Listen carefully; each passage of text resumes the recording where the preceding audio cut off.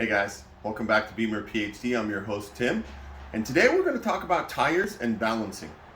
So what I've got behind me is a 2011 X1 with approximately 112,000 miles.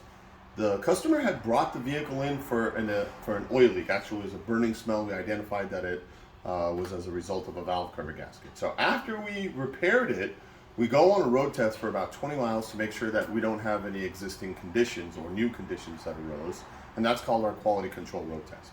So as we were doing that on this vehicle, I happened to be the quality control inspector. I road tested the vehicle and found that speeds over 60 miles an hour, the steering wheel and the whole car shimmies and shakes.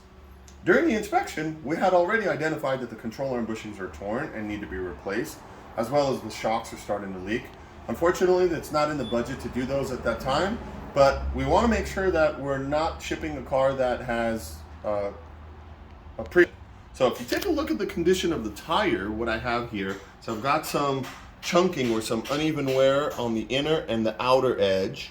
And what we did is we took the wheel off and put it on the balancer, and notice that with the existing weights, we're off about 2 ounces. This is not good because the tire is now bouncing down the road, which is what's causing that steering wheel vibration. So we're gonna go ahead and balance these 2 tires, put them on the vehicle, and then go on a road test, and hopefully we resolve this situation. Now, I made the video to show you guys how important balancing tires is.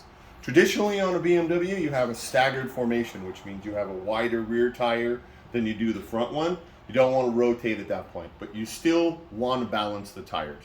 And balancing the tires is usually a good idea at every oil service. So, hope you've learned something. Thanks for watching. Don't forget to like and subscribe.